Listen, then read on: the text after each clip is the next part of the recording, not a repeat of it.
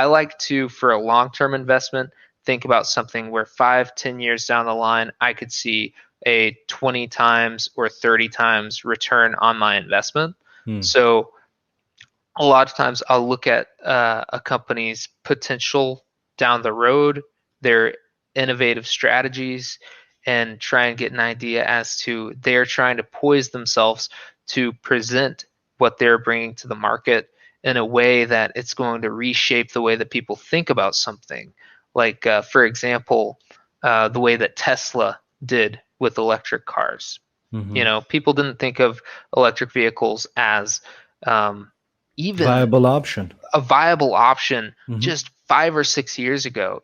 Think about it. 4 years ago, This is three true. years ago, Kathy Wood was talking about how she thinks that Tesla's share price is going to $4,000. And people laughed her out of their studios. They said she's out of her mind. Now, adjusted for the stock splits, it would be there. She was Hmm. absolutely right. And that's what I try to do is try and see the potential value of a company 5, 10 years down the road. That's what I try and do for a long-term investment. For a short-term investment, I look at more of the technicals and see the price action of what's happening with the given stock.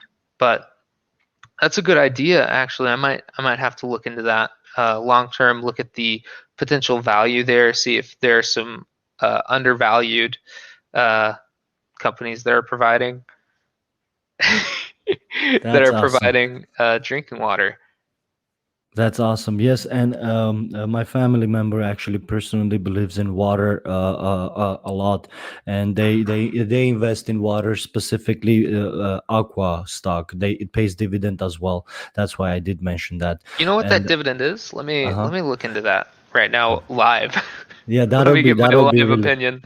Yes, I believe it's about 2%, nothing crazy, which That's is that's fair, good.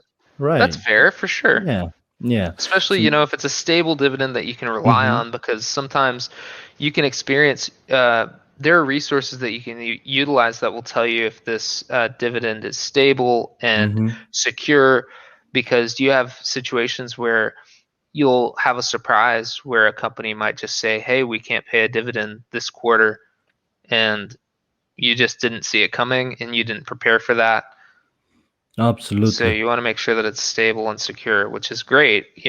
So you never Mhm. want to dividend chase, like I say. I've told my audience that dividend chasing can be dangerous because you see that, you're being offered an insane dividend amount, like 7, 8%, but the underlying stock might just be complete garbage. So you Right. have to be careful there.